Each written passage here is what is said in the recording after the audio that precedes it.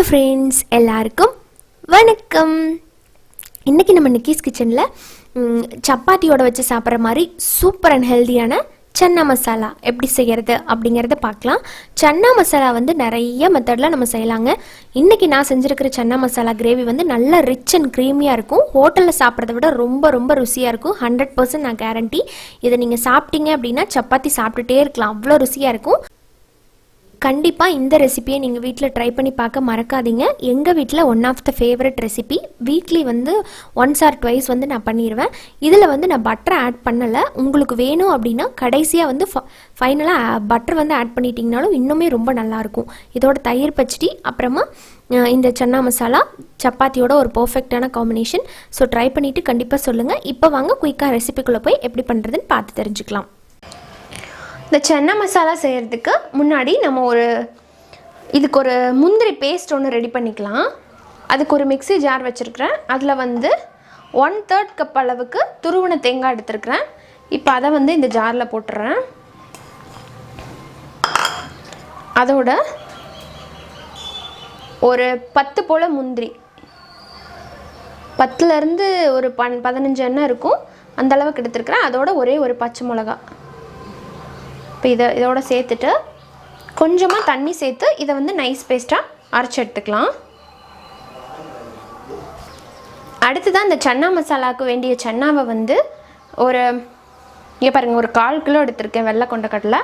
இதை வந்து ஒரு 8 மணி நேரம் நைட்டே ஊற போட்டு காலையில் நீங்கள் செய்ய போகிறீங்கன்னா நைட்டு ஊற வச்சுருங்க. 8 மணி நேரம் அளவுக்கு ஊற வச்சு நல்லா ஒரு 7லேருந்து 8 விசில் அளவுக்கு வச்சு நல்லா சாஃப்டாக வேகிற அளவுக்கு வேக வச்சு எடுத்துக்கணும். இப்போ இதில் கிரேவிக்கு வந்து கொஞ்சம் திக்னஸ் கொடுக்கறதுக்காக இதிலிருந்து ஒரு 1/4 கப் போல் சன்னாவை எடுத்து மிக்ஸி ஜாரில் சேர்த்து இதை அரைச்சி வச்சுக்கலாம்.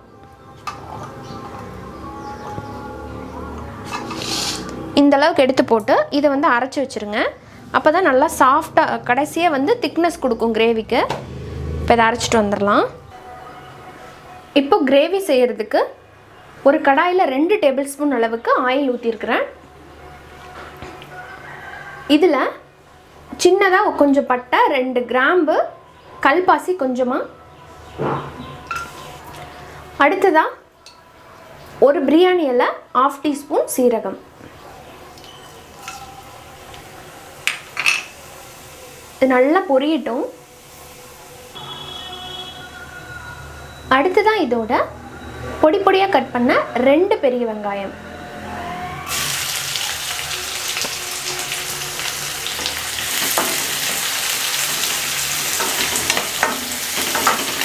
சேர்த்து இது நல்லா சாஃப்டாக வர்ற வரைக்கும் வதக்கிக்கலாம். லைட்டாக ப்ரௌன் ஆகி சாஃப்டாக வரும், அந்த ஸ்டேஜ் வரைக்கும் வதக்கணும். இப்போ இதில் 1 டேபிள் ஸ்பூன் இஞ்சி பூண்டு பேஸ்ட்,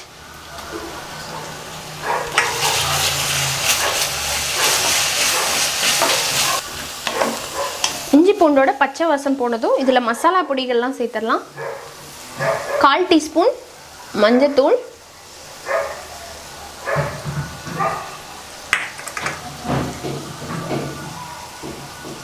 1 டீஸ்பூன் மல்லித்தூள்,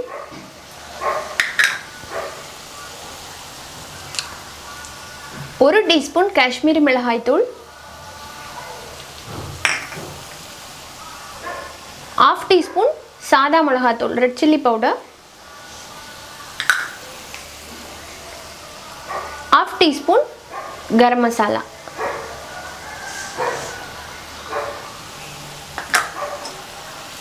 சேர்த்து இதை ஒரு வாட்டி மிக்ஸ் பண்ணிடுங்க. மிக்ஸ் பண்ணதுக்கப்புறமா நம்ம அரைச்ச அந்த முந்திரி விழுது இருக்கு இல்லைங்களா, அதை சேர்த்துடலாம். அதோடவே நல்லா மிக்ஸ் பண்ணி விட்டுருங்க. முந்திரி சேர்த்துருக்கிறதுனால நம்ம முன்னாடியே சேர்த்து இதை நல்லா வேக வைக்கணும். அப்போ தான் உங்களுக்கு அந்த க்ரீமி ஸ்ட்ரக்சர் கிடைக்கும். அடுத்ததாக இதோட 2 மீடியம் சைஸ் தக்காளியை அரைச்சி பியூரியாக எடுத்திருக்கேன்.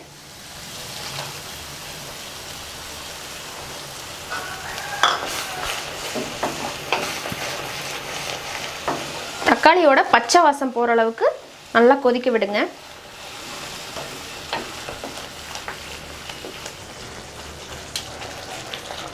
தேங்காயோட பச்சை வாசம் போனதும் நம்ம கொஞ்சமாக சன்னாவை அரைச்சி எடுத்தோம் இல்லைங்களா, அதை சேர்த்துடலாம். அதை சேர்த்து முதல்ல மிக்ஸ் பண்ணி விட்டுறலாம்.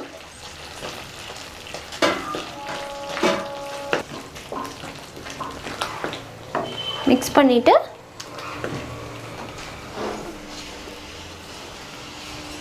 அடுத்ததாக நம்ம சுண்டலை ஃபுல்லாக சேர்த்துற வேண்டியதான்.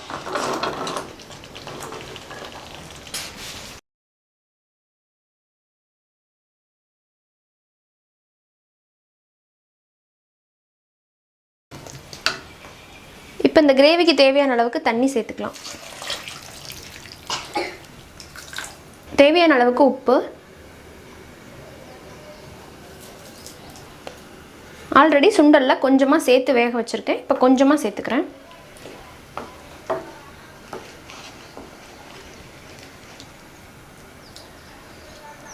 ஒரு 5லேருந்து 7 நிமிஷம் போல் கொதிக்கட்டும். இப்போ சன்னா மசாலா சூப்பராக ரெடி ஆகிடுச்சு, நல்லா எண்ணெயெல்லாம் தெளிஞ்சு. இப்போ இதில் கடைசியாக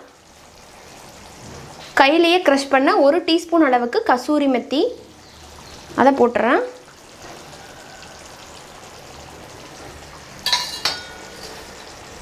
பொடி பொடியாக நறுக்குன மல்லி இலை,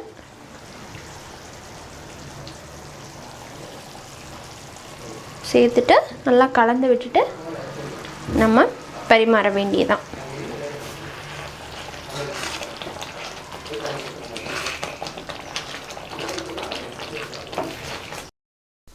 சன்னா மசாலா வந்து எவ்வளோ மெத்தடில் நம்ம பண்ணலாம். நான் இன்றைக்கி செஞ்சு காமிச்சிருக்கிற சன்னா மசாலா வந்து நல்லா ருசியாக இருக்கும். இது வந்து நீங்கள் சப்பாத்தி பூரியோடு வச்சு சாப்பிட்றதுக்கு ரொம்பவே நல்லாயிருக்கும். செஞ்சு பார்த்துட்டு உங்களோட ஃபீட்பேக் சொல்லுங்கள். பிடிச்சிருந்தா லைக் பண்ணுங்கள். யூஸ்ஃபுல்லாக இருக்குன்னு நினச்சிங்கன்னா ஃப்ரெண்ட்ஸ் அண்ட் ஃபேமிலியோட ஷேர் பண்ணுங்கள். மறக்காமல் நம்ம சேனல் நிக்கீஸ் கிச்சனை சப்ஸ்கிரைப் பண்ணிவிட்டு கூட இருக்கிற பெல் சிம்பிளை அழுத்தி விட்டுருங்க. அப்போ தான் நான் இனிமேல் போடுற வீடியோஸோட அப்டேட் உங்களுக்கு உடனுக்குடனே ஒரு நோட்டிஃபிகேஷனாக கிடைக்கும். என்னோட எல்லா வீடியோவையும் நீங்கள் மிஸ் பண்ணாமல் பார்க்க முடியும். நம்ம சேனலில் ஆல்ரெடி இதுக்கு முன்னாடி சன்னா மசாலா வீடியோ வந்து அப்லோட் பண்ணியிருக்கிறோம். அது மாங்காய் வச்சு எப்படி பண்ணுறது அப்படிங்கிறத செஞ்சுருக்கேன். அதோட லிங்க்குமே டிஸ்கிரிப்ஷனில் கொடுத்துருக்கேன். அதோட சாஃப்டான சப்பாத்தி எப்படி பண்ணுறதுங்கிற வீடியோவோட லிங்க்கும் டிஸ்கிரிப்ஷனில் இருக்குது. தேவைப்படுறவங்க பார்த்துக்கோங்க. இன்னொரு இன்ட்ரெஸ்டான அண்ட் ஹெல்த்தியான ரெசிபியோட உங்களை வந்து மீட் பண்ணுறேன். அது வரைக்கும் நன்றி, வணக்கம்.